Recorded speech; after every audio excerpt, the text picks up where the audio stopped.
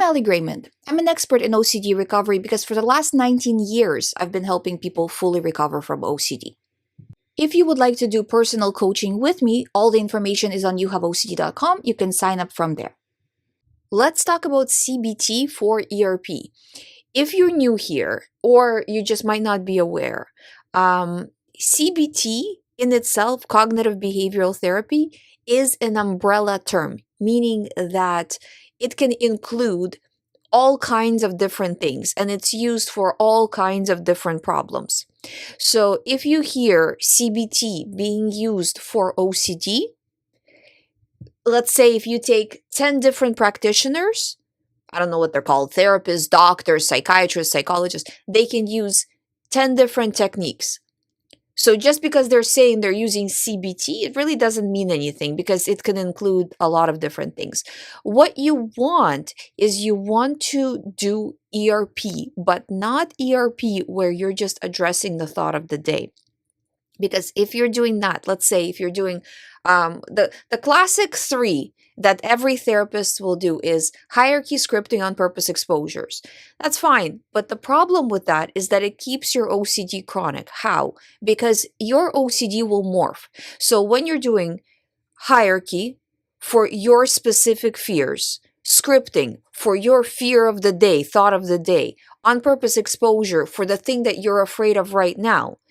Let's say you are successful with this way of treatment.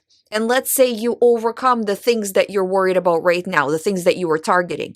What's going to happen is it's going to move to a new theme, to a new thought, to a new, even could be a variation of this thought with a different nuance. And then what? Scripting, hierarchy, on purpose exposures all over again. And then this is why people say OCD is chronic, is because this method is outdated and ineffective. So what you want to do is you want to make sure that you're targeting the problems that are causing this, meaning your overall rumination, your overall number of compulsions, your overall number of avoidances.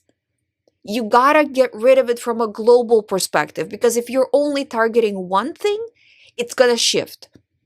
And if your therapist under the umbrella of CBT is saying, well, let's talk about your past, or tell me about your childhood, and so on and so forth, that's not effective. If your therapist is trying to solve your thought with you and trying to help you get reassurance, that's also not helpful. So be very careful when you hear the terms CBT and even ERP being thrown around in OCD, because just because the person is using that technique, it doesn't mean that they're the practitioners using this technique, it doesn't mean that they're using it correctly. And if you feel like they're leading me in circles, like yesterday we were working on this, today we're working on that, tomorrow will be something else, like where does this end? It's because it doesn't end. It's an ineffective method. And I just want you to see that, because a lot of the times people get so discouraged. They're like, well, but this is me. I can't recover. This is just my brain. This is how I am. No, you're just using of the wrong method. I equate it to if you wanted to go on a diet, but you're only going to eat correctly once a day, or just not eat one specific food group, you will never lose weight that way. But it's not because your body is not capable. It's just because the method is ridiculous. So it's the same thing here. If you want to recover, you need to address your problem of being the ruminator, your problem of being the person who always does compulsions. Start cutting it down every day. Every time you get a thought or feeling or some sort of an OCD trigger, right? It's actually an opportunity to practice exposure work.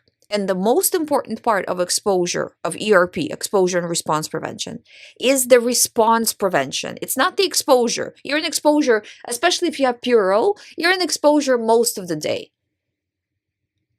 But it's the response prevention that is critical. You want to show your brain, when faced with a trigger, that this is no longer important. And over time, as your brain sees it wasn't important that time and that time and that time, maybe I should stop sending it because we don't want to waste resources on useless information, on useless things, right? That's what we want.